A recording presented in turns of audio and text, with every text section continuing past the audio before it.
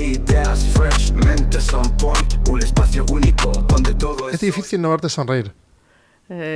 Así me llamaban, de pequeña, María Sonrisas. ¿Ves? He acertado de pleno. Empezamos de pleno. Es muy difícil, siempre me lo dicen. Dice, siempre está sonriendo. Allá donde vaya, es muy difícil para mí. ¿Y por qué crees que es? Yo creo que porque hago lo que me gusta. Yo creo que en el fondo siempre he hecho lo que me ha gustado, ¿no? Investigar, estudiar desde muy pequeña, entonces esa sonrisa la llevo, no sé, siempre, no sé, igual al principio, ¿no? Como más de pequeña como defensa ante una timidez.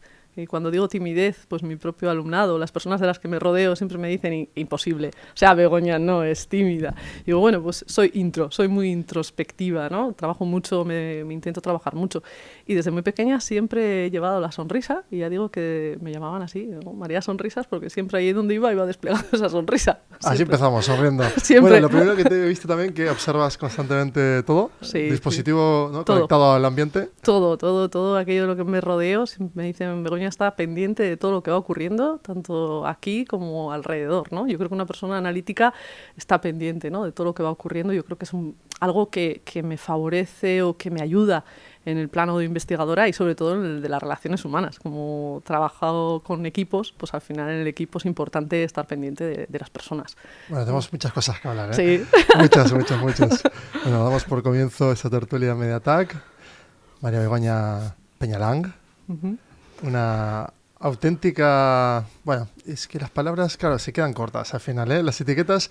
No voy a intentar etiquetarte de ninguna manera. Vamos a ir descubriendo esas etiquetas para quien esté interesado, ¿no? En ir descubriendo lo que haces, la cantidad de ideas que traes y la visión también. Porque estuvimos ya 2 veces, hemos quedado, en DOC nos conocimos y luego cuando quedamos en otro momento para hablar, estuvimos 1:30 o 2 sin parar. Y podríamos haber estado más. Sí, 100%, ¿eh?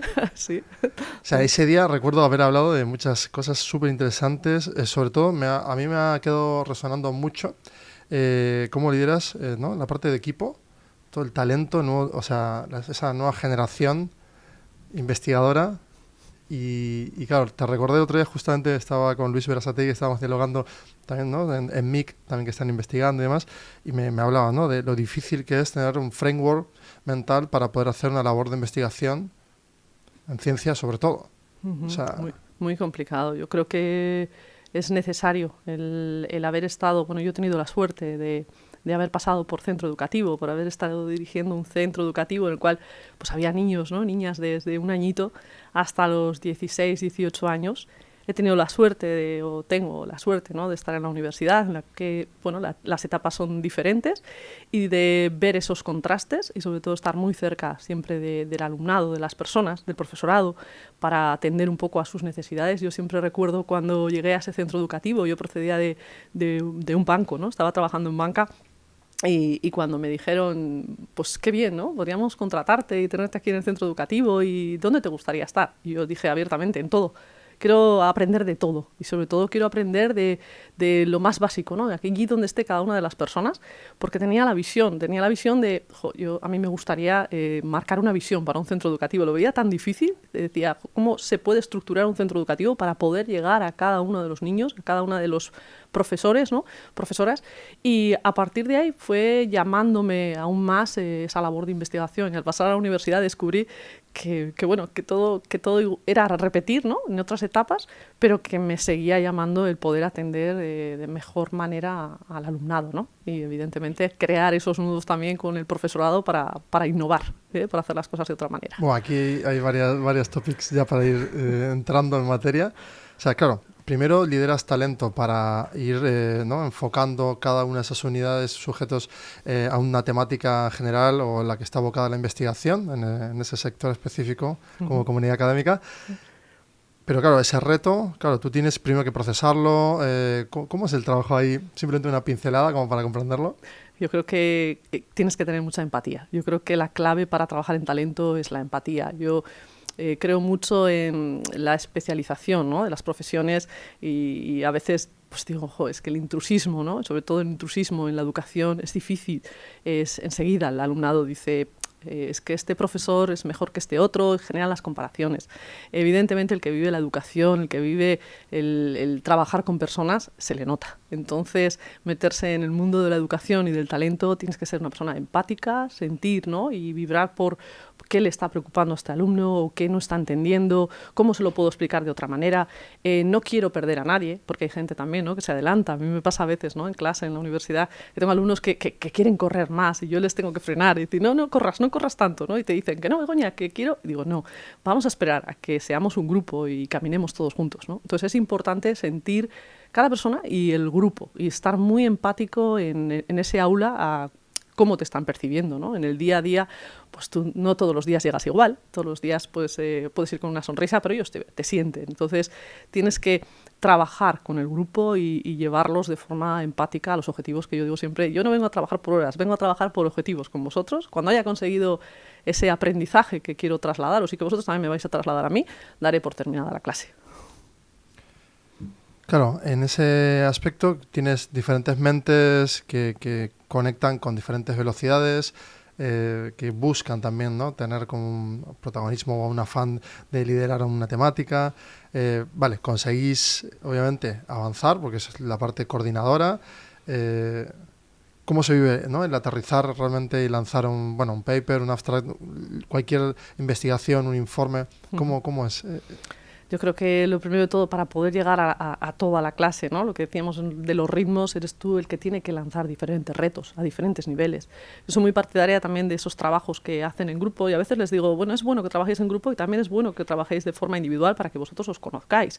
Yo pongo en valor las dos partes, ¿no? Y a veces me dicen, Bego, si vamos a una entrevista de selección, ¿no?, ¿tú qué crees que es mejor decir? ¿Que trabajas adecuadamente en equipo o que trabajas bien a solas? Digo, depende, ¿no? Todo depende. Va a depender que evidentemente pues va a haber veces que necesites trabajar a solas porque tienes que llegar a unos objetivos, pero evidentemente la riqueza del trabajo en equipo hay que ponerla en valor y hay que ver que en la clase, aunque tienes diferentes ritmos, lo que tienes que hacer es hacer más difícil el reto. Quiero decir, puedes simplificarlo y también dar a entender, bueno, que todos más o menos estamos en lo mismo, pero en el momento que se diferencian por un proyecto, ellos mismos van a ir tirando de la dificultad del proyecto y vas a ver que hay diferentes niveles. Yo creo que es importante el que pongas en valor también encima de la mesa el trabajo que ellos están haciendo, ¿no? Todas esas exposiciones que estamos los profesores constantemente haciendo con ellos, creo que revierten bien del grupo y decir, oye, que este alumno alumna ha hecho este proyecto y destaca por esto, y este otro destaca por esto otro. Creo que eso es una forma, ¿no?, de poner en valor todo lo que están haciendo. Por otra parte, lo que preguntas, ¿no?, sobre el tema de los papers o el tema de investigación, ¿cómo llegas al final a definir, ¿no?, un artículo que resulte de interés al final para la comunidad científica, ¿no? Pues mira, esta mañana mismamente estábamos articulando un abstract para un próximo congreso que tendrá lugar en Palma de Mallorca y hablábamos, ¿no?, pues determinados proyectos que a lo mejor tienen un recorrido largo, proyectos que igual has estado implicado durante X años y dices, ¿cómo ahora lo enlazo? Y digo, de todo esto creo que puedo aportar algo a la ciencia, porque hay gente que igual piensa, dice, no, la ciencia tiene que venir desde el propio diseño. Yo soy de las que pienso que a veces se genera investigación-acción. Tú no sabes por qué, pero de repente surge el que lo que estás haciendo es un proceso de cambio y que de alguna manera dices, esto puede ser útil para los demás, ¿no? Entonces lo recoges de tal manera que evidentemente registres esa metodología científica, esos pasos que sistemáticamente has ido dando durante todos estos años y que va a redundar en bien al final de todos, ¿no? Creo que es importante visión. O sea, creo que en el momento que ya estás articulando un proyecto, a veces te sale, pues como decías anteriormente, como la sonrisa, ¿no? Te sale solo y dices, ¿para qué voy a estar pensando en un diseño si realmente todo lo que estoy haciendo siempre lo estoy pensando con esa visión de ciencia? Todo lo que quiero lo quiero aportar para que al final genere un impacto, un bienestar a la sociedad y a las regiones, que también mencionabas anteriormente. Hay mucho reto en la parte investigadora porque, claro, tiene que haber luego transferencia y de esa transferencia convertirse en modelos de negocio para que vuelva a haber una investigación. Ese círculo virtuoso no siempre funciona del todo bien. Exacto. Yo creo que recientemente, no hace tanto que está dentro de las universidades se está poniendo en valor todo lo que tiene que ver con la transferencia, y hay muchos investigadores, investigadoras que llevamos tiempo trabajando en investigación quizás básica, y dices, bueno, esa investigación básica me gustaría que fuera investigación aplicada, pero bueno, ¿cómo puedo articular todo esto para que esta transferencia de alguna manera redunde en recursos que hagan también que yo pueda disponer de más investigadores? Porque al final los investigadores lo que estamos buscando es tener más manos, ¿no? Poder hacer tu línea de investigación evidentemente más fuerte y poder generar mayor impacto. Cuando tienes claros los objetivos de tu línea de investigación, luchas y peleas por eso, por hacer grande esa línea de investigación. Entonces, el conseguir llamar la atención, yo creo que va siempre en generación de impacto. O sea, ese impacto debe de estar bien medido. Debes de demostrar coherentemente que ese impacto es el adecuado en este momento, y no puedes hablar de en otro momento, sino en este momento, en este tiempo, justo a mi investigación. Yo siempre digo que ahora tenemos la suerte de que todos ponemos el foco, ¿no?, en el talento, en la necesidad del talento. Hay muchísimos investigadores, no voy a nombrar, vamos, desde Montessori, ¿no?, María Montessori trabajando, o Piaget, bueno, exacto, o Sócrates, ¿no?, desde la Grecia clásica trabajando en temas evidentemente del desarrollo cognitivo y de la educación, sino que trabajando tantos años, vemos ahora que el mercado lo está demandando, y es un momento, ¿no? Es un momento en el que todo eso que se ha ido trabajando lo podemos trasladar con esa transferencia, diciendo, pues a lo mejor se puede convertir en una plataforma de capacitación.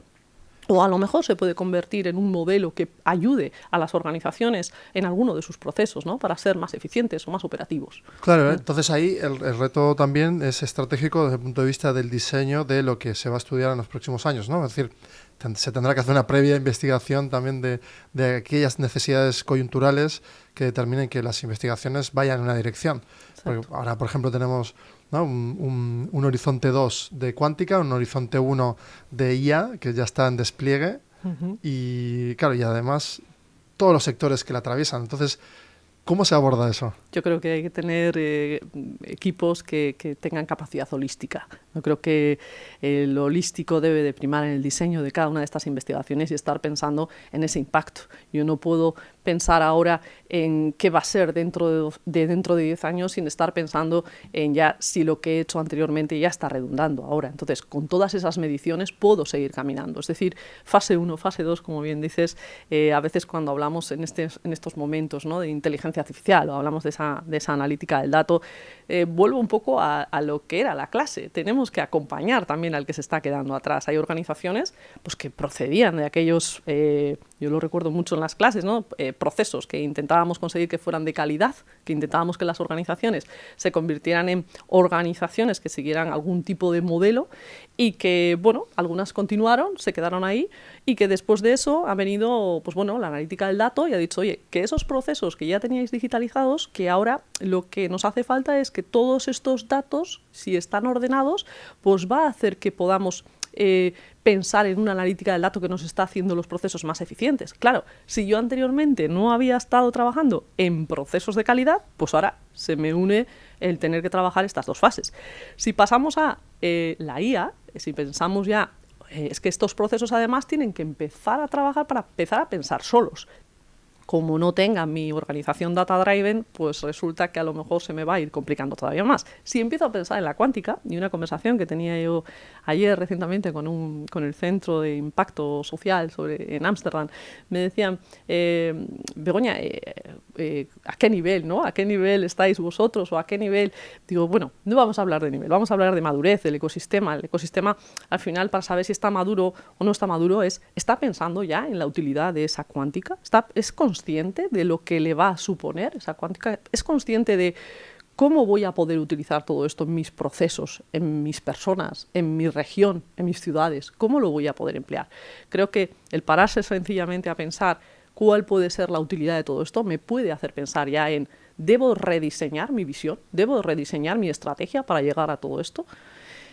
Bueno, un poco por ahí. Sí, pero estoy dándole muchas vueltas a todo lo que estás diciendo, porque, claro, tenemos por un lado la IA, que es como la especie de esa persona joven que quiere ir a toda velocidad y hay que decirle, no, espera, ¿no? Y está Europa ahora regulando de alguna manera como para poder tener un orden y que todo vaya hacia adelante. Luego tienes lo que has mencionado, ¿no? Ahora Majorana 1, que es este anuncio de Microsoft, ¿no?, sobre el estado topológico, ese cuarto estado de la materia. Bueno, que hay otros estados que son los exóticos, que estuve leyendo también, que me ha flipado, ¿no? Que eso ya era anterior. Bueno, todo el mundo está como aprendiendo esta gran divulgación y lo que viene pues es claramente lo que dices, ¿no? Es una hiperaceleración. Porque claro, con un chip de Majorana 1 de Microsoft se pueden hacer no sé cuántos millones más de veces el procesamiento de un ordenador clásico, ¿no? Entonces, saltamos de lo clásico a lo no clásico, o sea, hay choques de paradigmas, ¿no? Desde el punto de vista ya de la física. Entonces, claro, si todavía nos cuesta encajar la velocidad de la IA, no hemos hecho el data driven que bien dices tú, porque todavía estábamos digitalizando y de repente irrumpe todo este marco hiperveloz. Cómo hacerlo, ¿no? Yo siempre digo que es antes, ¿no? La organización data driven o las personas. Yo creo que tenemos que poner el peso en las personas. Es decir, uno de los proyectos en los que estamos trabajando al final viene a diseñar, ¿no? A desarrollar esos planes individualizados de carrera en los que tú como persona te sientas dentro de una organización o no estés dentro de una organización, pero te quieres sentir dentro de una... ¿Qué voy a necesitar? Y no puedo hablar pues, de forma general de todo, porque a lo mejor no me da tiempo. O sea, necesito hablar de algo muy específico. Yo creo que la formación cada vez más a eso específico que necesitamos y no a las grandes generalidades, porque se nos va el tiempo y al final no llegamos, ¿no? Como organizaciones ni como personas. Primero porque nos aturulla un poco, ¿no? El hecho de pensar qué me queda por saber, qué no sé. Estoy pensando que no sé de la cuántica, no sé de la IA, solo sé IA generativa. Entonces yo mismo me empiezo a aturullar. Creo que el hecho de generar un plan individualizado que diga, mira, esto sí y esto no, o esto te puede ser más útil o esto te puede ser menos útil, creo que va a redundar en bien de todo este proceso de cambio que estamos llevando a cabo. Claro. O sea, una pyme, por ejemplo, tiene más sentido que incorpore generativa. Una industrial tiene todo sentido que incorpore sistemas locales, ¿no? De on-premise, IAs totalmente explotadas dentro de la maquinaria, máquina herramienta y demás, y luego y robótica, bueno, etc., que ahí tenemos mucho IoT por desplegar. Sí. Pero claro, lo de la cuántica ya se nos va, porque eso ya es dotar solo con un chip a una empresa de unos poderes increíbles y hay grandes, ¿no? Nuevos paradigmas todavía que ni conocemos. Exacto. Yo creo que ahí tenemos que ir pensando, hablamos de algoritmos, como ahora habla cualquiera, ¿no? Nos ponemos a hablar de algoritmos y pensamos, pues esos microchips, al final, ¿qué van a contener, ¿no? Misma organización, pues a lo mejor sería clave para mí mis algoritmos estratégicos que estén ahí incluidos y que al final me den el conocimiento que yo necesito para poder ser más competitiva o poder ser, ¿no? Tener mejor presencia dentro del mercado. Me encanta, tenemos la misma visión en ese aspecto porque, o sea, yo visualizo esos silos, ¿no? Que cada empresa tiene como su silo fuera de Internet con sus algoritmos y su ventaja competitiva, y que entre empresas luego Agentic se van a ir con sus automatizaciones superficiales, pues comerciando, etc., pero cada uno tendrá su conocimiento in-house. Yo creo que ese es uno de los temas que hablamos, ¿no? Que abordamos una de las tardes que estuvimos hablando. Yo creo que si ocurre eso, que realmente vemos, ¿no? Muchos vemos que es la visión. Creo que tienen que ocurrir también procesos de ética, ¿no? Es decir, pues como bien has dicho, esa comercialización de la algoritmia y todos esos procesos que van a ir agilizando tecnológicamente todo ese conocimiento tienen que venir. Yo creo que Europa ahí está intentando, ¿no? Regular procesos que cuidemos, ¿no? Toda esa información, que cuidemos todos esos chips, ¿no? Que van a ir guardando toda esa información para que todos nos sintamos seguros. Porque si hasta hace poco, ayer hablaba también con personas, ¿no? Responsables en datos, ¿no? En la protección de datos, que si recordamos veníamos de regulación en protección de datos y ahora ya se nos ha ido de las manos, ¿no? Siempre decimos, ya estamos hablando con data driven, con IA, vamos como a más. Y decía, digo, mira, en este proyecto, les decía abiertamente, digo, mira, en este proyecto tenemos esto y esto. Y me decía, Begoña, pero si ahí no hay IA, no hay IA. Digo, ¿lo ves? Somos súper seguros, ¿no? Aquí no tenemos IA, somos súper seguros, o sea, cumplimos toda la regulación. Y yo les decía, digo, mira, si esto es, evidentemente la regulación tiene que existir, pero yo creo mucho en la ética de las personas. Tenemos que liderar, ¿no?, con cabeza y decir, bueno, esto sí, esto no, y por eso la importancia también en el aula o en los propios equipos cuando estamos trabajando de concienciar qué está bien y qué está mal. Yo lo suelo hacer mucho, yo digo, con el equipo junior con el que trabajo.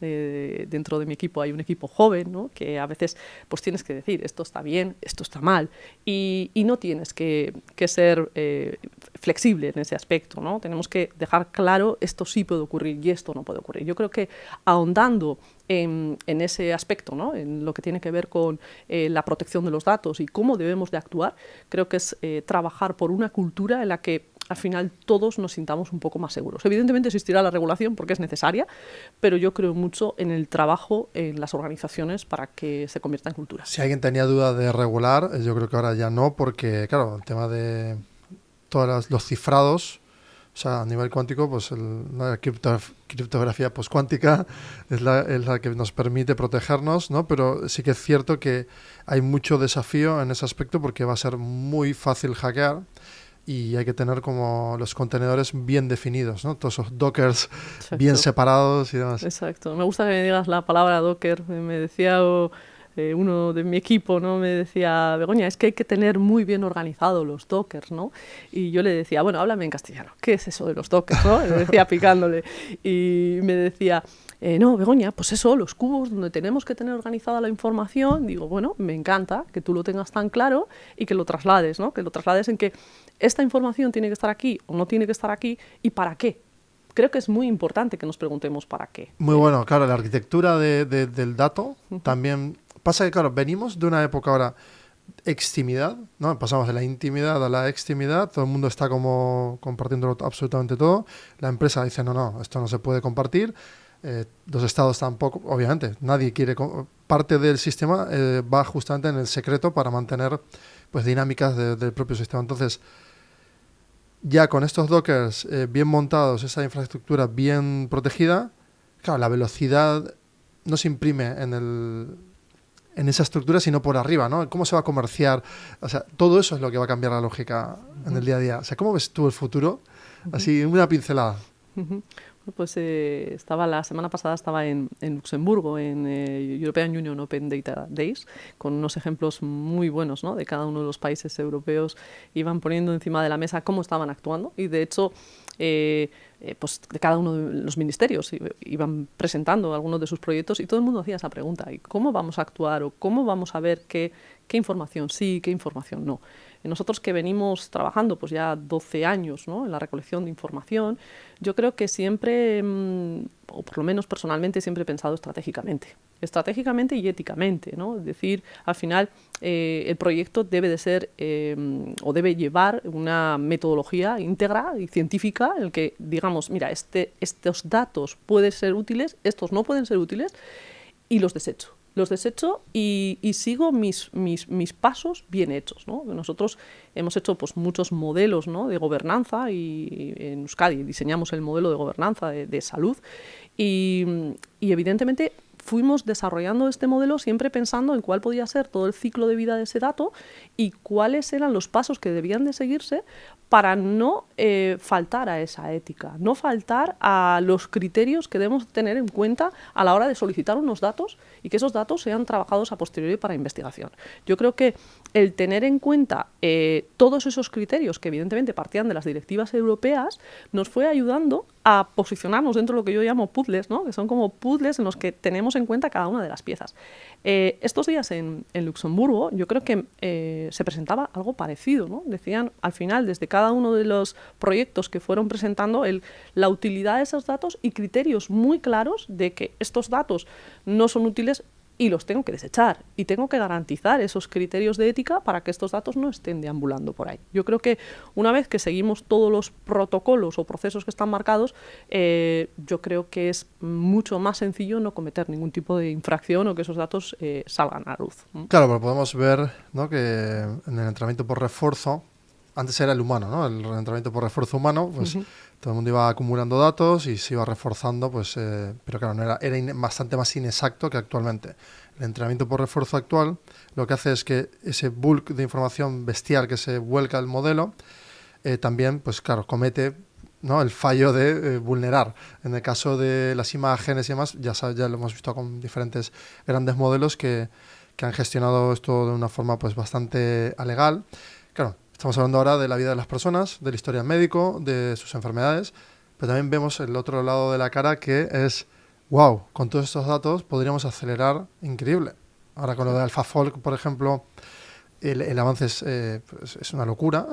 Entonces, claro, si se puede vincular la interoperabilidad, bien digo, de esos datos y se gestiona rápido, si lo sumamos a AlphaFold, o sea, el avance va a ser real. Exacto. Y muy rápido. Exacto. Yo creo en esos espacios de datos, ¿no?, interoperables de los que estás comentando, pero también creo en lo que citaba anteriormente con las universidades. Cuando hemos querido hacer cualquier tipo de proyecto, tú lo decías anteriormente, Begoña, cómo se diseña, ¿no?, en investigación, al final nosotros, si tenemos que contar con algún tipo de muestra, bien sea del alumnado o bien sea pues, en salud, no sé, datos que necesitemos, hemos tenido que pasar un comité de ética. Yo creo que eso es lo que tenemos que estar regulando, ¿no? Y decir, oye, si ya lo hacíamos. Yo soy de las que pienso, digo, oye, que los investigadores ya lo estábamos haciendo. Ahora, evidentemente, todo esto es como que se está, se ha ido ampliando, ha ido entrando en todas las organizaciones, pero lo que tenemos que hacer es no solamente regular, sino pasar por estos comités que nos digan, oye, lo estás haciendo bien, lo estás haciendo mal, y que exista dentro de la propia organización. Yo soy de las que pienso, yo prefiero estar tranquila y saber que estoy haciendo bien las cosas. Prefiero que me venga o que yo misma sea auditada y digan, mira, pues sí, Begoña, estáis haciéndolo bien y además tenéis vuestra seguridad, tenéis vuestra ciberseguridad y, evidentemente, fallos pueden ocurrir, pero yo por lo menos he ido poniendo todas las barreras para que eso no ocurra. Entonces, yo creo que mientras estemos en la senda de querer hacer las cosas bien, podremos evitar, y sobre todo éticamente, podremos evitar pues estas fugas, ¿no?, que pueden al final causarnos quebraderos de cabeza. Sí, justo. Estábamos viendo con una empresa que desarrolla proyectos con IA, lo de los dockers, el SOC, de cómo protegerlo absolutamente todo. Si eso se resuelve ya de forma rápida, ¿no?, y tenemos ya pues empresas que están implementando, gracias a estas agencias ¿no?, que aceleran la implementación de IA, por ejemplo, hacemos más competitivo a todo el tejido. Y eso nos asegura, ¿no?, estar a la última hora. ¿Tú crees que estamos en general adoptándolo? Yo creo que cuando se habla de competitividad, a mí me gusta referirme al índice de competitividad, ¿no?, de la Comisión Europea. Al final lo que busca es el bienestar de la ciudadanía, el bienestar de las empresas. 100%. Entonces, buscar el bienestar yo creo que es buscar calidad. A mí, cuando me dicen, Begoña, ¿te gusta la calidad? Digo, claro, me gusta que las personas tengan ese bienestar, que las empresas puedan llegar a final de mes, que puedan mantener a sus trabajadores, y me gusta, evidentemente, que puedan seguir haciendo crecer al territorio. Entonces, hablar para mí de competitividad es poder trazar todos esos objetivos para conseguir esto, ¿no?, que al final está marcado por este índice que digo de la competitividad de la Comisión Europea. ¿Cómo podemos hacerlo? Yo creo mucho en las herramientas de gestión. De hecho, soy profesora, ¿no?, en ello, en sistemas integrados de gestión, economía y administración de empresas, y lo llevo a diario, ¿no?, al aula, y mis alumnas son ingenieros, son futuros ingenieros. Y a veces me preguntan, dice, Begoña, pero todas estas herramientas nos van a servir para ser más competitivos o cuando vayamos a la empresa. Si yo no voy a ser empresario, yo voy a ser ingeniero o ingeniera. Digo, cada una de las herramientas sirven para vosotros. Yo creo también en la definición de la persona como competitiva en el sentido de capaz de generar valor. Tú te vas a integrar dentro de una organización y ahora mismo, cuando les pregunto, ¿tú sabes lo que está demandando la empresa, lo que está necesitando? ¿O tú sabes cuál es el valor que tú le puedes aportar? Evidentemente hay una desviación, ¿no? Te dicen, si no sé ni siquiera qué empresas hay, ¿no?, en este tejido. Y es cuando digo, bueno, pues ahondar vosotros sobre las empresas que hay y decirme abiertamente cuáles son las temáticas en las que están trabajando en cada uno de sus proyectos. Ellos empiezan a ahondar y empiezan a descubrir aquello que les puede gustar, ¿no? Porque a veces yo soy de las que pienso que las universidades tenemos que correr más, ¿no?, porque evidentemente el mercado está corriendo, la universidad pues bueno, que al final todos los pasos que se tienen que dar para cambiar, ¿no?, los programas formativos, pues requieren un tiempo, ¿no? Pasar por ANECA, pues pasar por determinados procesos, y al final yo les digo, sois vosotros los que tenéis que ir complementando lo que os haga falta. Ahora mismo tenéis muchísimos recursos, entonces si el mercado ya está diciendo, bueno, que necesitamos saber de cuántica, o bueno, aunque no se esté utilizando, sí necesitamos de personas que quieran tener la visión de formar parte de esos procesos, ¿no?, de cambio referidos a la cuántica. Pero ahora no se están pidiendo eso. Os están pidiendo saber o entender de diversas tecnologías. Os están pidiendo de saber cómo integrar cada una de esas tecnologías o qué partido sacarles. Os están pidiendo, es cuando me refiero a la proactividad, cuando les digo, os están pidiendo mucha proactividad. Eso es el factor clave, actitud y proactividad. Entonces cuando te miran y te dicen, claro, o sea, que no solamente tener que saber todo esto de la carrera, sino articular o indagar, investigar, ¿no?, de alguna manera, para qué se está utilizando cada uno de esas tecnologías y cómo las puedo aplicar a casos de uso reales que al final reviertan sobre la competitividad de la empresa y, como yo digo, sobre vuestra propia competitividad y valor en ella. En una empresa hasta hace nada, 5 años, por ejemplo, de 5 años hacia atrás, definías un producto, ¿no?, en estrategia en venta y lo vendías durante 10 años, y 15, y 20, y 30. Ahora un producto dura, lo vas viendo en la cuenta de resultados, ¿no? Un producto dura 1 año, o 2, y muere, o muere en 2 meses. Es decir, todo el rato, parece casi en real time, hay que ir como sintonizando las nuevas demandas. Se han acortado mucho. Y lo que has mencionado antes de la adaptación y abrir ese espectro, ¿no? Bueno, muy bueno en la parte de negocio. Muy bien que lo hagas porque eso genera también pensamiento emprendedor, lo cual a mí, vamos, me encanta que lo hagas, y sobre todo en ingeniería, que son perfiles técnicos que van a ser la clave de la transferencia. Pues luego viene el perfil de negocio y se crean equipos y ahí salen startups, futuros unicornios o lo que sea. Exacto. Que eso es clave. Y claro, en función de todo esto, o sea, yo lo que estoy viendo ahora, pues, es el reto hacia futuro, ¿no? Es decir, vale, pues ya sabemos que el talento tiene que ser integrador, sabemos que en nada van a ser software composer la mayoría, porque van a estar integrando, no van a estar creando, va a ser commodity la gran mayoría de las tecnologías, entonces, sobre todo es más integración, como bien lo dices tú. Pasamos de la apificación ahora, o verticales, ahora se están ordenando y reagrupando.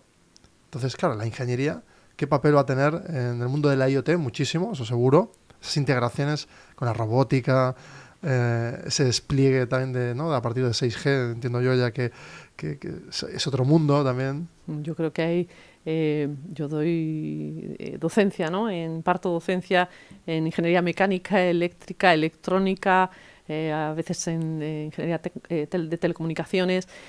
Y yo les llevo el mismo mensaje, ¿no? Lo primero que les pregunto es si han encontrado algún problema. Y claro, te miran y dicen, ¿cómo un problema? Y digo, bueno, ¿tenéis algún problema? Y me dicen, pues no sé, Begoña, ¿a qué te refieres? Digo, bueno, pues entonces tenemos un problema. Muy bueno. El problema es, primero, si sabemos identificar esas necesidades y esos problemas. Entonces, bueno, igual se tiran 2 semanas identificando un problema y a partir de ahí le digo, bueno, ahora es momento de la solución, porque al final yo creo que en ingeniería vamos a las soluciones, pero no hemos identificado el decir, este producto o este servicio, al final, evidentemente, tiene que tener un recorrido, ir actualizándose, pero he identificado bien esa necesidad para saber cómo la voy a ir después actualizando. Entonces, identificamos bien la necesidad, pasamos a esa misión, ¿no? Como les digo, vamos a emprender de alguna manera o intentar diseñar una solución. Y a partir de ahí ellos dicen, vale, pues evidentemente a veces empiezan con áreas que no les corresponde. Digo, no, que tú estabas en ingeniería electrónica, ¿a dónde vas? ¿No? Dice, no, Begoña, que yo quiero montar una academia. Digo, bueno, me parece que nos estamos desenfocando. Vamos. Oh, qué bueno. Dice, no, que yo quiero montar una academia. Digo, bueno, pues si te has encontrado tu razón de ser, por mí bienvenido sea, ¿no? Y dicen, pues vale, tengo una solución. Y a partir de esa solución yo les digo que esto es como un prisma, ¿no? Tenemos muchas miradas y tenemos que ver cada uno de esas miradas o esos lados, ¿no?, del prisma, qué soluciones nos integran a esa solución. Decir a veces, es que esta solución tiene solamente este punto de vista. Yo les digo, no estáis generando factores diferenciales suficientes para manteneros a futuro en el mercado. Esta misma mañana hacía con ellos como digo, una especie de semáforo, digo, generar los factores diferenciales de este producto o servicio y ver cómo os diferenciáis respecto a lo que consideráis que pueden ser productos complementarios o productos sustitutivos. Y claro, en ese momento empiezan a pensar, Begoña, entonces voy a tener que saber de marketing, o voy a tener que saber de estrategia, o voy a tener que saber, ¿no?, de áreas a lo mejor que ellos no se han parado a pensar y estaban solamente en la parte técnica. Yo les digo, es que todo está cambiando muy rápido. Si tú entras en una organización y solamente vas a entender de ingeniería electrónica, no vas a entender la organización. Es muy importante, cuando entres en la organización, saber cómo se mueve la organización, cómo puedo aportar valor y cuáles son esas caras, ¿no?, del prisma que yo voy a hacer que enriquezcan la solución que estoy poniendo encima de la mesa. Y eso supone que cuenten contigo en determinados equipos, que digan, oye, esta persona tiene muchos puntos de vista que pueden ser importantes para esa actualización de ese producto o servicio que decías, ¿no? Y eso es importante, no solamente ver esa mirada técnica. Tengo un junior, ¿no?, como digo, un ingeniero junior dentro del equipo. Él venía de estudiar ingeniería mecánica, estudió en su día ingeniería mecánica y me dijo un día, Begoña, quiero hacer el proyecto final de carrera contigo. Y le digo, ¿y de qué? Y me dijo, de náutica. Digo, ¿pero es mecánica? Y dice, sí, pero mi sueño es hacer algo en náutica. Le digo, bueno, pues momento oportuno para especializarte, pero claro, vas a tener mucho gap detrás, ¿no?, pues conocimiento que igual no has adquirido durante la carrera. Digo, bueno, pues vete a ver en empresas de náutica que estén haciendo cosas que a ti te interesen y vuelves y me cuentas. Bueno, ahí que se fue, pues no sé, a Gijón o a Vigo, siempre le digo dónde fue, y volvió y me dijo, lo tengo claro. Digo, pues eso es importante, que lo tengas claro, ¿no? Volvió, hizo el proyecto final de carrera y se marchó después a Mallorca a trabajar en hacer barcos de estos de recreativos. De recreo, sí. Eso es, ¿no? Y digo, bueno, pues estupendo, ahí ha estado 2 años y ahora ha vuelto. Y decía, Begoña, lo he pensado. Digo, que tengo que darle una vuelta a mi carrera. Tengo que meterme por la analítica del dato, por la inteligencia artificial. Y digo, pues estupendo, ¿y qué has pensado? Y dije, bueno, pues si quieres hazme un PowerPoint y le damos una vuelta a ver si es adecuado. Bueno, pues ahí está. Resulta que está formando parte ahora de mi equipo y está metido evidentemente en toda la parte logística, de movilidad, para hacer más eficiente la llegada de los buques, porque tiene un conocimiento adquirido que es muy interesante para todo lo que es el estudio de un territorio, ¿no? Entonces, el generar el valor para que alguien diga, oye, dentro de este proyecto, con esa otra mirada puedo enriquecer un proyecto quizás mayor, creo que es necesario y creo que es útil trabajar toda esa perspectiva, ¿no?, tanto de visión como holística, que decíamos anteriormente. Sí, me encanta que trates la palabra holístico, luego lo poliédrico y que lo pongas como en 2, ¿no?, órdenes de magnitud, porque se ha visto claramente con lo que acabas de describir, ¿no? Es decir, una persona que elige algo, que ha estudiado A, se va a B, vuelve y hace C y triangulas ¿no?, y hay una geoposición nueva. Total. O sea que parece, y me encanta porque ahí sí cumple como muchos aspectos que luego se hiperverticalizan, porque luego eso es una demanda global, es algo hiperverticalizado para una demanda global, lo cual es el principio fundamental de hacer una startup. Total. ¿No?, y de innovar. Total. De hecho, él siempre me dice, luego, yo es que quiero montar, a futuro quiero montar un astillero. Y yo siempre le digo, yo quería montar un colegio.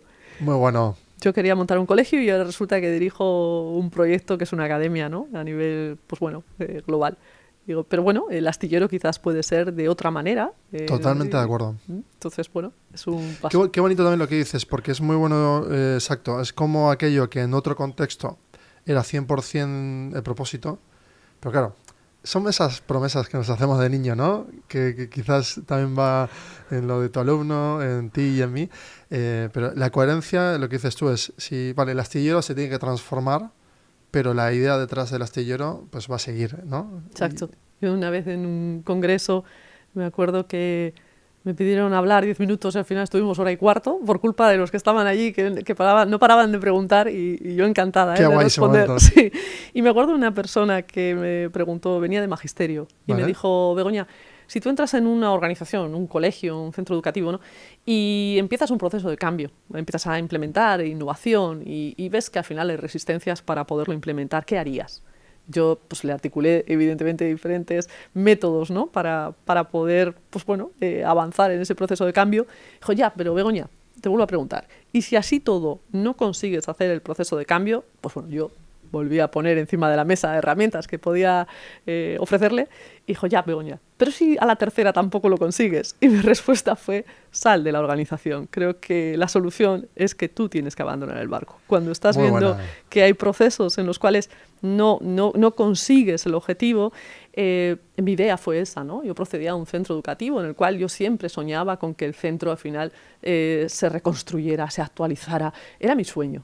No sé si era el sueño de toda la organización. Yo hoy con más edad reconozco que podía ser mi sueño y que evidentemente la organización tenía un ritmo, ¿no? Como lo decía anteriormente la universidad. Pero siempre decía, pero yo quiero mi cole, ¿no? Yo quiero mi colegio, quiero que al final, pues de alguna manera quiero formar, quiero aquello en lo que creo que puedo ser buena, quiero ayudar a otros. Y eso lo tienes que modificar tú también. Tienes que decir, me tengo que adaptar yo también. Y en vez de pensar en una estructura, ¿no? Que va a ser así, pues quizás no es así y va a ser de otra manera. Y seguir luchando. Me encanta seguir luchando. Buen hack ahí también. Bueno, es un principio fundamental. Al inicio hablábamos de Piaget, Sí. Sócrates, Montessori. Sí. Y claro, se me ha ido ocurriendo muchísimas más, ¿no? Personas que han ido generando pues corrientes de pensamiento que luego se fueron traduciendo en corrientes, bueno, a veces ideológicas, dogmáticas, otras veces metodológicas, sistémicas, y se han ido como, ¿no? Fomentando y fundamentando a lo largo del tiempo. ¿Tú crees que ahí en este leitmotiv que tienes tú también tienes, ¿no? Una impronta muy particular, ¿no? Sobre la educación? Yo creo que lo importante, lo decíamos al principio, es conocerte tú, ¿no? Cuando tú te conoces y dices, yo creo poder ayudar aquí. Y no es tanto yo creo poder ser buena en esto, no, yo creo que puedo ayudar aquí. Y si creo que puedo ayudar y yo soy la primera que lo creo, pues quizás puedo hacer que otros crean, demostrando evidentemente con evidencias que puedo hacer. Poder hacer significa, y poder demostrarlo es generar ese caminito, ¿no? Que pasito a pasito y con mucha paciencia, muchísimo esfuerzo. Por la fricción de ser innovadora y tener que...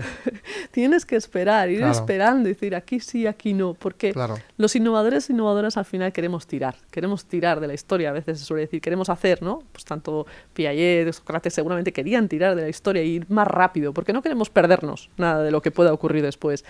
Pero claro, tienes que esperar porque si no pierdes el grupo, ¿no? Que es lo que decíamos en clase, no puedes perder al grupo. Y para no perderlo, pues bueno, vas manteniendo ahí los tiempos. Claro, está el reto del explorador, ¿no? O sea, el que va adelante tiene que recoger un poquito cable, volver para atrás y decir, oye, que sepáis que para allí hay una dirección interesante, pero bueno, la podemos consensuar, la negociamos, o hay otras tres opciones. No, es que yo. Y hay mucho de gobernanza ahí también, ¿no? Yo creo que eso es evidentemente gobernanza, liderazgo. Yo creo que no puedes ir por el mundo diciendo tengo visión si no eres capaz de ver, ¿no? Ni adelante ni de atrás. O sea, visión no es solo ver hacia adelante, es tener que ver también, oye, quién se está quedando, quién nos está entendiendo, cómo se lo puedo explicar, si tú tienes la capacidad para poder verlo o para poderlo mostrar. Y ahí tienes que poner encima de la mesa todas tus herramientas, como yo lo intenté hacer con esta persona, ¿no? Que me preguntaba en el congreso y yo le decía, pues a mí me ha pasado esto, ¿no? Eso, pero porque tú pones delante el haber atravesado esa tierra, esa zona liminal donde has ido descubriendo. Obviamente vas un poquito adelante, pero recoges y vuelves y dices, oye, mira, ahórrate tiempo, esta organización no es para ti. Es un buen ejemplo. Es un buen ejemplo. Yo Pero creo que el agente de cambio igual sí que, perdón, que el agente de cambio igualmente, aún esa resistencia, a veces también sí que vale la pena, ¿no? Forzar. sí, bueno, yo creo en el trabajo, ¿no? De la resistencia, yo creo que es el gran reto de los innovadores. Uno no puede querer innovar y no trabajar lo que se te va a poner de frente. A mí me encanta, yo lo decía también, ¿no? A mí me encanta la dialéctica, el hacerme ver que igual me estoy equivocando y evidentemente nos podemos equivocar y decir, he diseñado un proyecto y quiero todos los puntos de vista y cuando haces una ponencia igual, quiero que me aporten, ¿no? Y me lo critiquen, me lo echen abajo. O sea, mi idea siempre es echármelo abajo, por favor, lo quiero volver a construir y pensar en los fallos que podía haber cometido si no lo llego a repensar. Entonces, tener esa capacidad de decir, no me importa, ¿no? Que me digan que está mal, sino, oye, si con esto levanto otro proyecto y ese proyecto a lo mejor redunda en mayor bienestar, no me importa. Y creo que eso se aprende también, ¿no? Con los años. Yo creo que al final a los jóvenes yo se lo intento transmitir, ¿no? Diciendo, igual en otras culturas, ¿no? Al final el hecho de tropezar, caer y volver a levantar, para mí es un valor dentro de un currículum. Decir, oye, esta persona lo ha intentado, ¿no? Como pues, tantas veces, y es un valor, lo ha intentado. Y en cambio ellos me dicen, no, Begoña, eso no lo voy a poner en un currículum. Digo, sí, ponlo. Eso genera valor. Y cuéntame todas las veces que has fallado, porque son todas las veces que yo, como organización, oye, voy a pensar, conmigo no se va a equivocar porque ya ha pasado por ahí. Entonces, 100%, ¿eh? Eso es totalmente cierto. Vamos ahora un poco a tu parte más, ¿no? Bueno, sí, son muchas.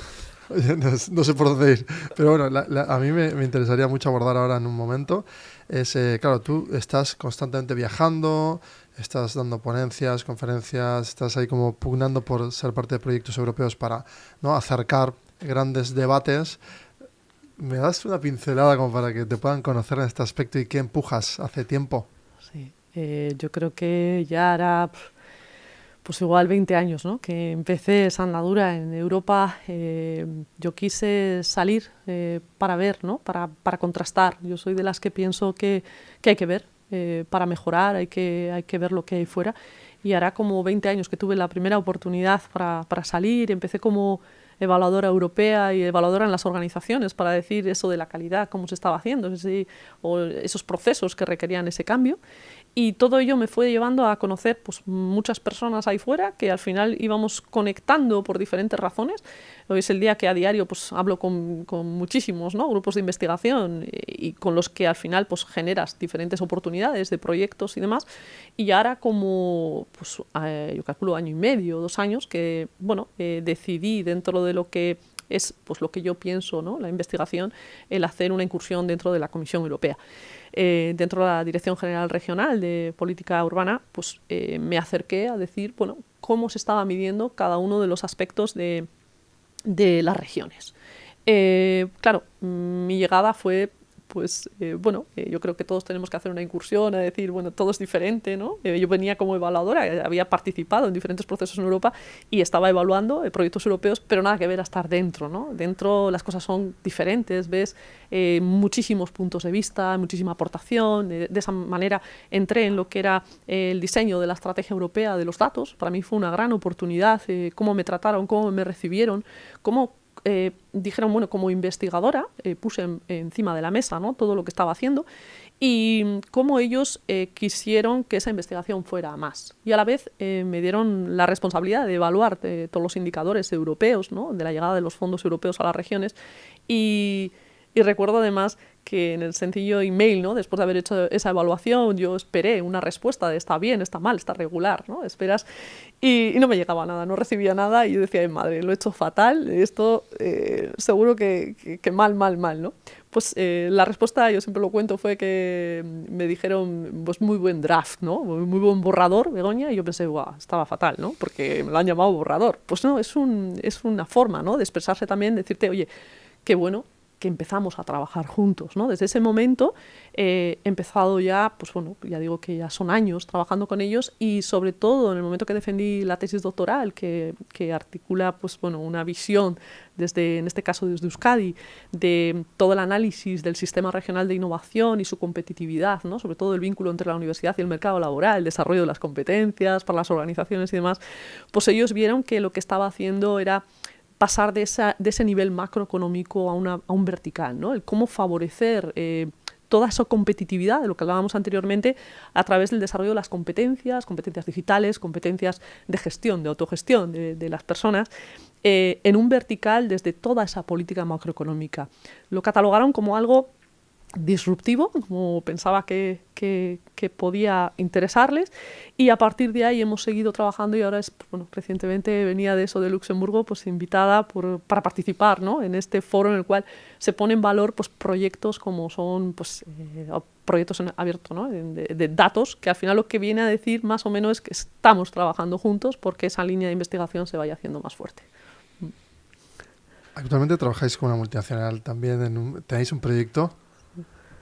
¿Qué me cuentas de ese proyecto? El proyecto Smart Grids Academy, en el que bueno, es el proyecto, digamos, dentro de la estrategia Bizkaia with the Talent, con el clúster Gaia, conocimiento y tecnología de Euskadi, y con Basque Data, como digo, de Instituto Vasco del Dato, y con Iberdrola, ¿no? Con el ID Iberdrola.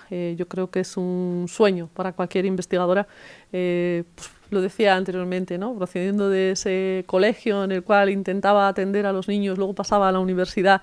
Y yo siempre decía, yo quiero formar parte de una plataforma que ayude de esta manera, y creo que era el momento, es ahora el momento. Llevamos 1 año y medio trabajando en este proyecto, yo tengo la suerte de dirigirlo, Gaia confió en mí y bueno, he de decir que a partir de ese momento pues fue el ir pensando en todo ese puzzle que yo decía, cómo ayudar a cada persona desde un plano muy actual. Hablamos de la inteligencia artificial, hablamos de la ciberseguridad, de redes inteligentes y de industria. En esos 4 puntos lo que estamos haciendo al final es crear esos planes individualizados para que cada persona dentro de cada una de las organizaciones, en este caso proveedores y colaboradores del ente, ¿no? de Iberdrola, puedan disponer de ese conocimiento que hace falta para que todos tengamos un mismo lenguaje. Creo que es muy necesario que articulemos lenguajes comunes, porque también lo decimos a veces, igual unas personas nos están hablando de unas temáticas que igual no llegamos a entender. Si no llegamos a entender, no podemos avanzar en la solución de aquel prisma, ¿no? Tenemos que tener un mismo lenguaje. Lo primero que plasmé o puse encima de la mesa es que había que crear retos reales. Tal y como lo hacemos en el aula, o yo personalmente lo fui implementando como coordinadora dentro de la Escuela de Ingeniería, teníamos que articular retos reales que estuvieran ocurriendo dentro de la empresa para que fuera en lo que el usuario pudiera ir resolviendo, y que todos estamos componiendo, ¿no? Ese puzzle de conocimiento, y que lo siguiente que hacía falta es que el ecosistema fuera vivo, que el ecosistema estuviera formado por todos los agentes, ¿no? del territorio, que pusieran en valor lo que cada uno podía ir aportando. Porque de esa manera esa plataforma puede estar viva y puede estar rica siempre, ¿no? Recientemente teníamos la segunda masterclass, que lo que intentábamos era una masterclass en redes inteligentes. Al final lo que hemos trasladado es pues un pasito más, ¿no? Desde la primera masterclass que hablábamos de inteligencia artificial, en esta segunda lo que hemos intentado es demostrar que vamos a ir implementando diversas metodologías, que el Smart Grids Academy tiene una metodología que es absolutamente disruptiva, y lo que va a intentar hacer es acompañarte. Eso que decimos siempre, ¿no? de la tecnología que acompaña, ¿no? Entonces yo soy de las que pienso, la persona primero, la tecnología te va acompañando, te va ayudando, te va complementando.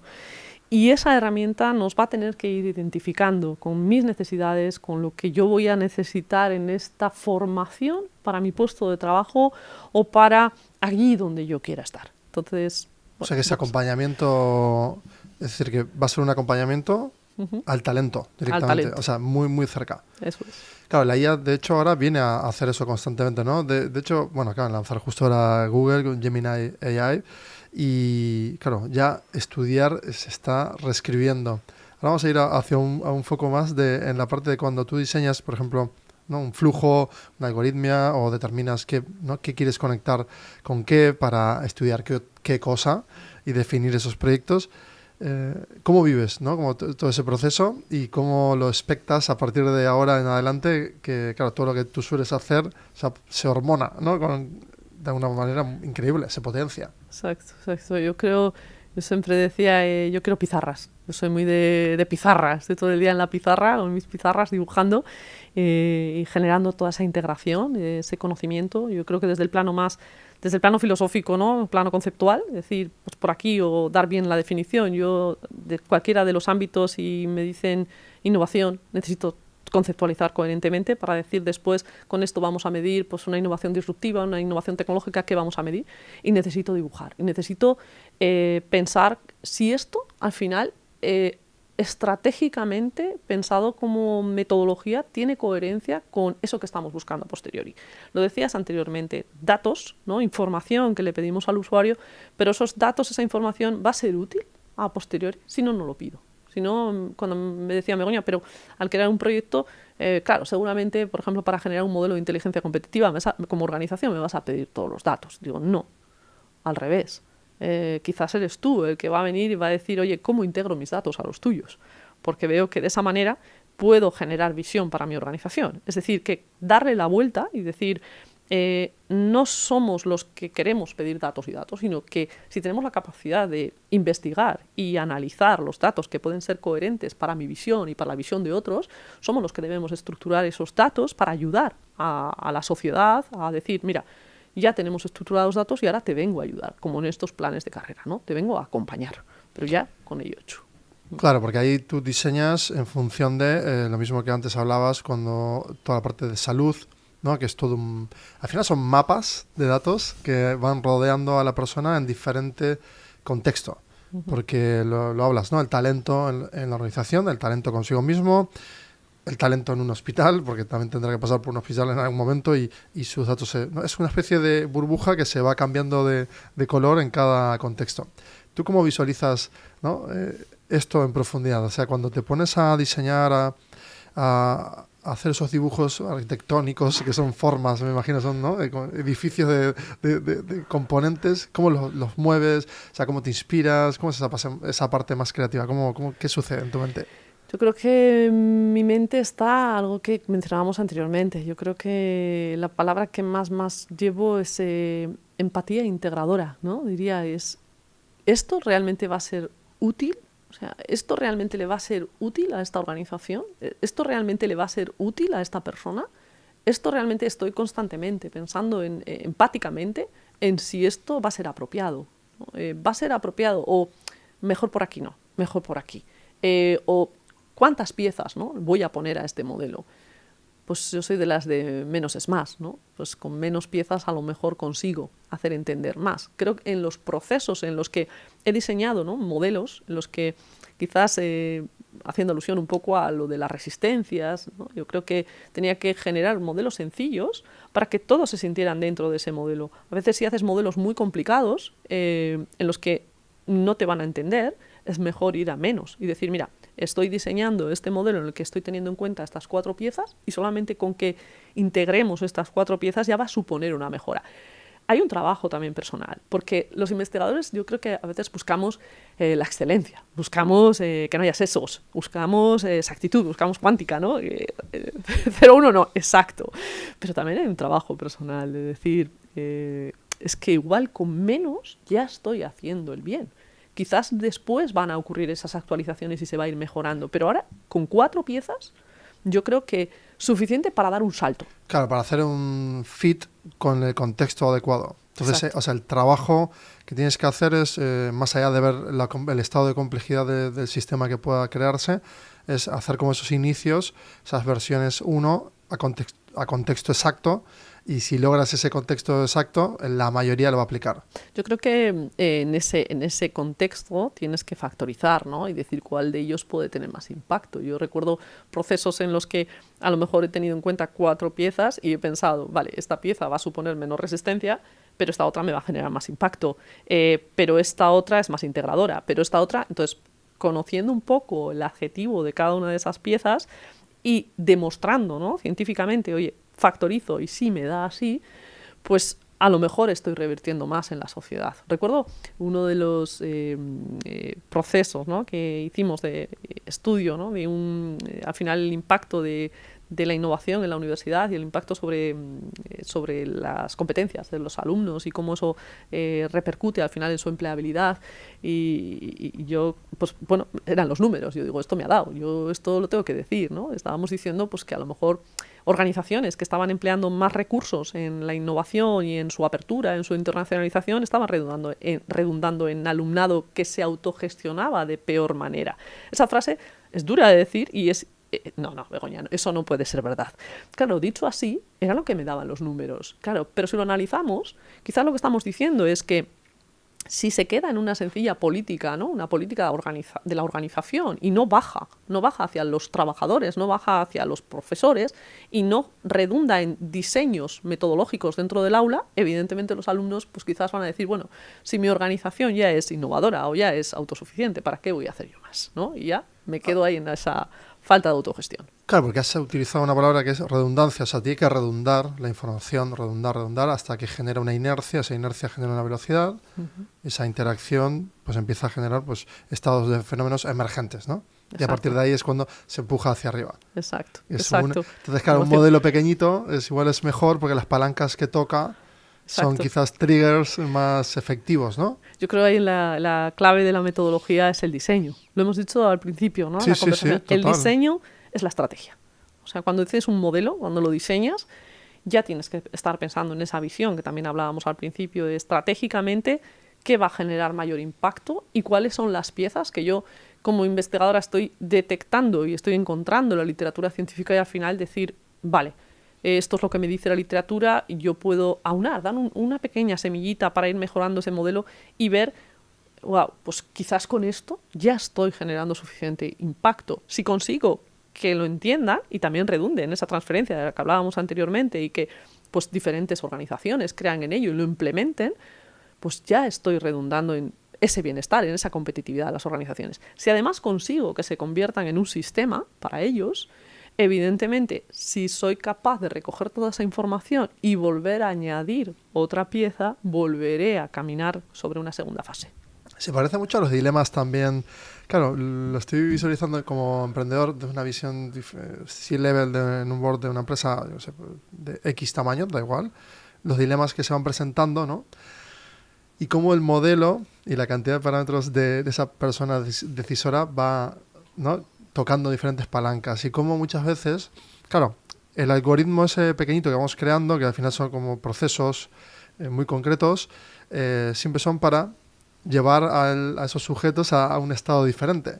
Y cómo hay mucho trabajo ahí de... Yo creo que la ingeniería social está como, ¿no?, ese tag no está tan bien leído porque actualmente hay mucho ruido desde hace años, ¿no?, con conspiraciones, historias, pero claro, la ingeniería social es la base del progreso. O sea, siempre hay una persona que va a ayudar a otras de forma estratégica, no honorable y de buenas prácticas, justo lo que decías tú al inicio también de, oye, que tengan muy claros los valores, porque lo técnico evoluciona, es maleable, pero los valores no. Sí. Yo creo que me llevas otra vez al aula, ¿no? Los valores. Cuando les hablo de los valores y les digo, esto tiene que ver con cómo vamos a hacer las cosas, ¿no? Dice, eso es para trabajar en equipo, o eso es cómo vamos a hacer las cosas. La pregunta es, ¿cómo vamos a articular el proyecto? ¿Lo vamos a hacer de forma disruptiva? ¿Lo vamos a hacer en que tengamos en cuenta el trabajo en equipo?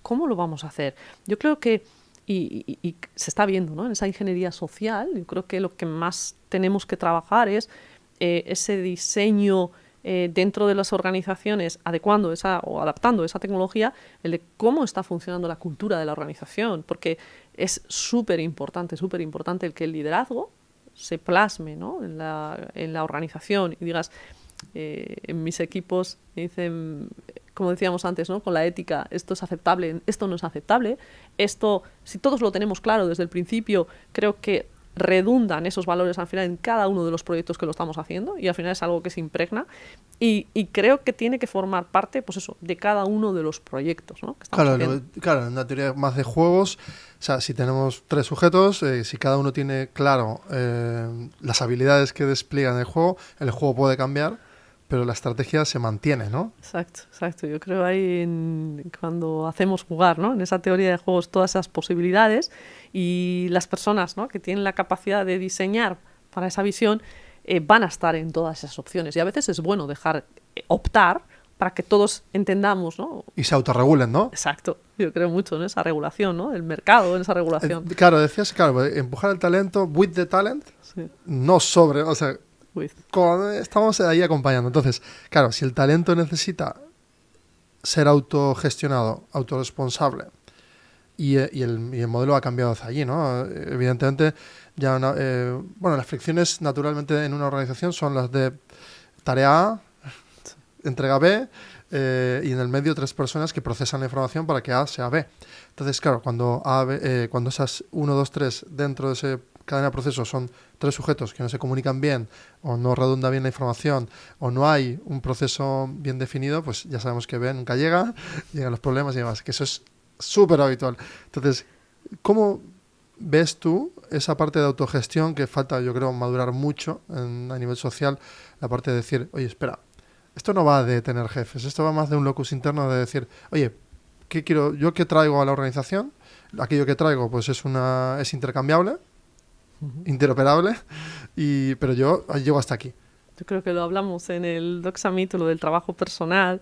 Es muy importante que existan esos procesos de trabajo personal, es decir, la educación y bueno, un poco complementario con eso que están diciendo, ¿no? O sea, la IA va a suplir determinados puestos de trabajo y al final, o no, pero tenemos que trabajar en eso que nos hace madurar, ¿no? Decir, oye, dentro de esta organización, pues no tengo por qué destacar o no tengo, porque al final, pues bueno, necesitamos, ¿no? Nuestros egos están ahí, trabajamos en un proyecto y todos necesitamos o sentirnos reconocidos y es necesario trabajar ese aspecto, ¿no? El intro, el de la persona, el de cómo trabajo en equipo. Creo que es necesario y porque además los algoritmos y todo lo que estamos haciendo lo necesita, ¿no? Eso del metaaprendizaje, ¿no? Ya no es la multidisciplinaridad, de que vengamos de diferentes disciplinas y montemos un equipo y estemos ahí todos trabajando en la heterogeneidad de todo lo que puede ocurrir.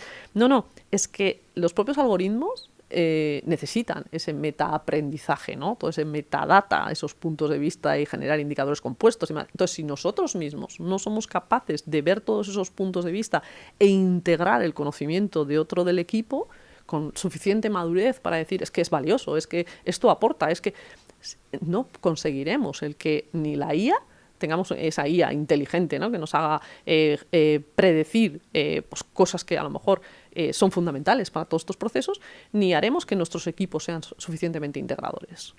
Siendo la vuelta es claro, exacto, porque o sea, se puede volver muy complejo el estado de la proyección hacia adelante, pero en el durante es más, se empieza a parecer más algo más natural, de diálogo natural entre humanos, volvemos a lo socrático, ¿no?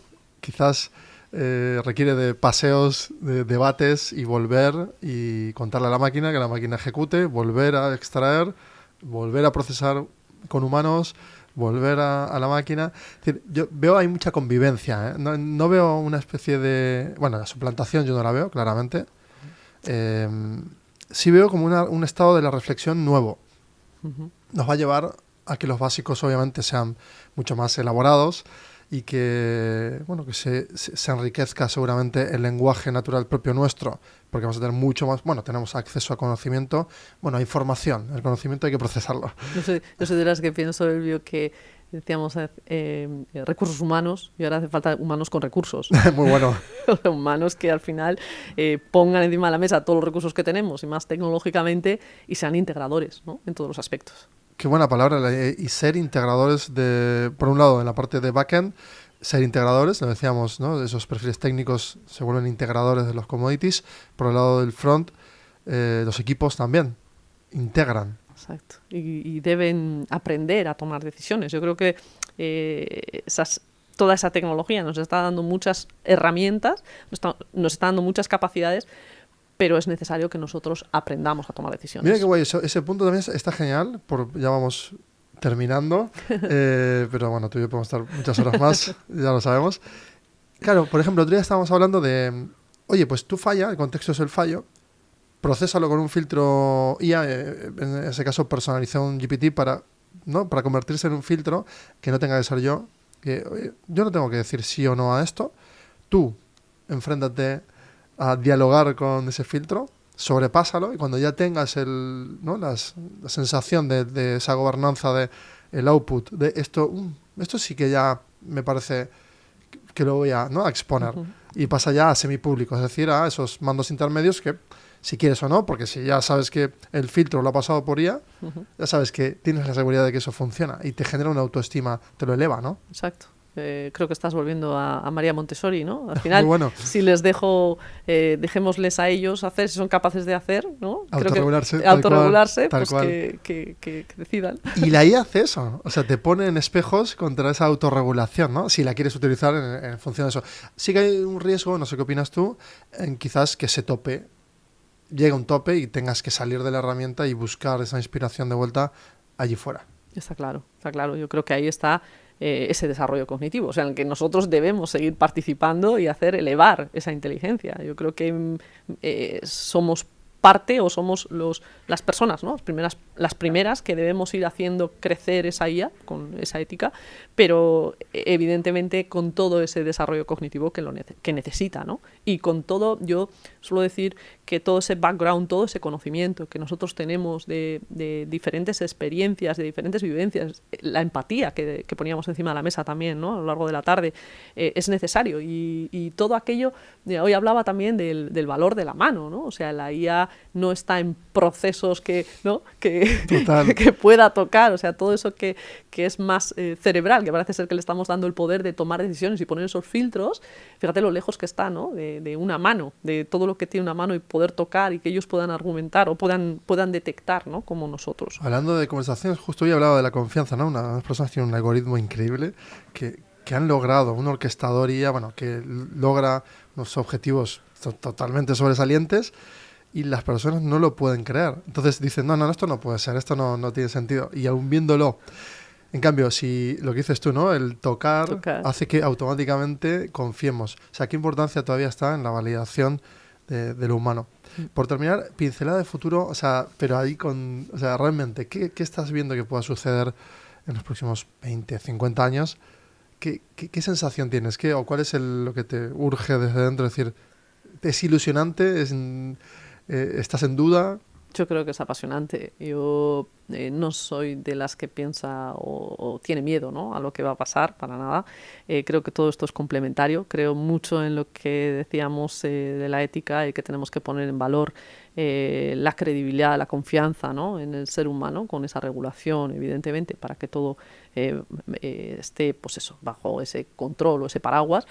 Pero yo creo que es apasionante y no me quiero perder nada, evidentemente. Total. Quiero seguir tirando y quiero pues crear escuela, ¿no? Creo que veo mucha escuela, creo que hay mucha gente interesada en todo esto. Creo también en que debemos seguir fortaleciendo a las organizaciones y sobre todo a los mandos, ¿no? A los líderes, para que ellos sean los primeros, ¿no? Que cojan todo este conocimiento y que lo vayan trasladando, porque a veces ocurre al revés, ¿no? Que igual los que van entrando ahora nuevos tienen más conocimiento y los de arriba, pues a lo mejor dicen, bueno, yo ya estoy casi como para jubilarme, o llevo no sé cuántos años, yo ya, ¿no? Entonces tenemos que seguir reforzando toda esa formación para todos. Esto nos salpica a todos, no es cuestión de unos sí y otros no. Y dar valor al junior también, ¿eh? Todos. Yo recuerdo un proyecto que hicimos en que intentábamos, un proyecto intergeneracional, ¿no? En que poníamos en valor todas las herramientas tecnológicas que conocen los jóvenes y poníamos en valor todo el valor de un senior, ¿no? Todo su conocimiento. Yo creo mucho en que las personas cuando se jubilan, no deben de jubilarse porque tienen muchísimo conocimiento. O personas que están en las organizaciones y dicen, oye, es que todo esto me queda muy grande. O sea, no te queda grande. Tienes que saber integrarte, o si no, pide ayuda para que integremos dentro de todo esto y tengas que saber lo que he dicho antes, específicamente el conocimiento que necesitas para poder seguir haciendo la cantidad, ¿no? A nivel intergeneracional, o sea, si quitáramos esos filtros, parece a veces que hay una especie de gerontofobia natural entre pares, siendo todas las mismas características. Parece ser que queremos los jóvenes, bueno, yo no, cuando yo tenía 20 años, omitir, ¿no? Aquella experiencia del de 40, por ejemplo en mi caso, pero el de 60, el de 80, y como bien dices tú, claro, si todas esas plantillas, o sea, toda esa documentación se aterriza bien y se trasvasa, claro, con IA, un senior con IA, más un junior en un equipo, vamos, eso es imparable. Me decías, la visión y enlazado con el proyecto, ¿no? Del Smart Gates Academy, creo que una puesta en valor de toda la reestructuración del conocimiento, creo que pues, ya es un gran paso, decir cuál es el conocimiento que es realmente útil, para cada uno de los perfiles que están entrando en las organizaciones o que ya están en las organizaciones, y como bien decía antes, creo que nos tenemos que quitar complejos y decir, es que me tengo que formar, o sea, me tengo que formar para poder estar a gusto dentro de mi organización y poder entender a todos. Creo que esa primera fase en la que hemos integrado todo este conocimiento y lo hemos reordenado es muy útil para hablar de todos esos perfiles específicos.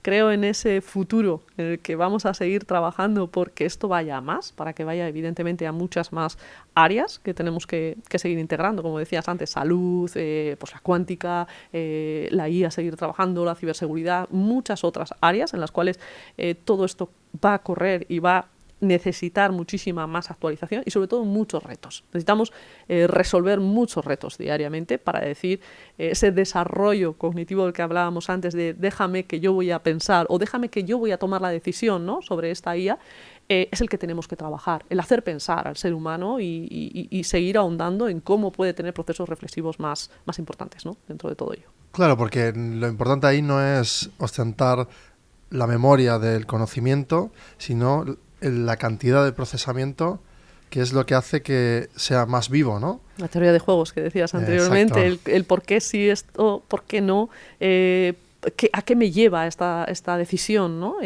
Trabajar sobre la visión, al final es ir trabajando sobre la visión y cuáles son las consecuencias de cada una de las decisiones que voy tomando. Si vamos trabajando en eso y a la vez estas herramientas, ¿no?, tecnológicas nos van acompañando en el conocimiento específico que necesito, seguramente me voy a sentir mucho más cómoda dentro de la organización y voy a tener pues lo que me va a hacer falta, ¿no?, para poder seguir ayudando a que la organización vaya a más. Hablando de organizaciones, bueno, tú y yo tenemos que seguir charlando más. Gracias por estar ahí. Vamos a quedar más veces, ¿eh? Claro. O sea, esto se tiene que repetir porque hay que comunicarlo, divulgarlo. ¿Cuánto, no? O sea, de ejercicio de documentación nos queda por hacer? Porque todo esto, aparte es procesado, luego puede generar, ¿no?, o sea, toda la cantidad de información que está quedando en el aire, o de acciones tanto de ayuntamientos, de gobierno, de clústeres, ¿no?, asociaciones, instituciones, fundaciones. O sea, qué cantidad de información hay que documentar para que se siga generando ese estado del arte que dices tú que avance, ¿no? Exacto, toda esa selección, ¿no?, de conocimiento útil para ti, ¿no?, como persona, para ti como organización y como cuando te decían tienes que hacer tropecientos cursos, ¿no? Y decías, ¿pero para qué? Yo no sabía qué elegir y hacías todos, ¿no? Decías, Tal cual. hacía todo y digo, bueno, cual. algún día me dirán para qué sirve todo esto. Pero ahora no estamos en ese momento, ¿no? Estamos en el momento de, tengo que optar para poder avanzar en mi carrera y es que si no opto tengo un coste de oportunidad muy alto. O sea, si no opto, al final, ¿qué estoy dejando de aprender que realmente va a ser útil para mi plan de carrera, ¿no?, para mi crecimiento? Y si es tu crecimiento, pues allá donde vayas, o si eres emprendedor, pues todo van a ser costes de oportunidades. Entonces, ese análisis, ¿no?, que decías de esa teoría de juegos o ese minimax, ¿no?, que no sea la mínima pérdida, ¿no?, posible tanto de tiempo, recursos, que también la sociedad hoy tiene otros valores, ¿no?, que no son los que teníamos nosotros anteriormente cuando decíamos tenemos que estudiar, ¿no? Priorizamos otras cosas, priorizamos las relaciones sociales, priorizamos el que la tecnología nos está ayudando y que nosotros podemos tener tiempo para otras cosas, pues que toda esa teoría de juegos que al final la estamos aplicando a través de la IA, ¿no?, que le estamos enseñando a decir, oye, priorízame, 100%. dime con qué puedo generar más impacto, qué puede tener más crecimiento, con qué tiene más crecimiento mi organización o cómo puedo yo mejorar, ¿no?, en mi bienestar, pues al final que nos ayude al final en todo aquello que tenga una toma de decisión por medio, ¿no? María Begoña Peñalang, un placer de charla. Igualmente, Elvio. Muchísimas gracias por invitarme. A ti. Bueno, pues ya veis, esto puede ser eterno porque tenemos tantas cosas por hablar, pero os prometo seguir este hilo porque creo que es de vital importancia el justamente generar narrativas, conversaciones, la comunicación, ¿no? Siempre está en el eje. De hecho, lo has mencionado bastante. Todo implica comunicación, todo lo que has dicho. Que bueno, a mí me toca, ¿no?, el corazoncito porque justamente estamos en un entorno donde empujamos justamente eso. Yo creo que la comunicación es uno de los factores que más hay que trabajar en las organizaciones para que todo fluya. Si falta comunicación y no explicamos para qué sirve la implementación de la tecnología o la reestructuración de un conocimiento o la aportación o selección de personal, al final falla la confianza y las personas pues no trabajan por igual. Entonces la comunicación es de los procesos más importantes. Muchísimas gracias. Me has hecho ahí un super speech. Lo voy a coger. Muchísimas gracias. A ti. Seguimos.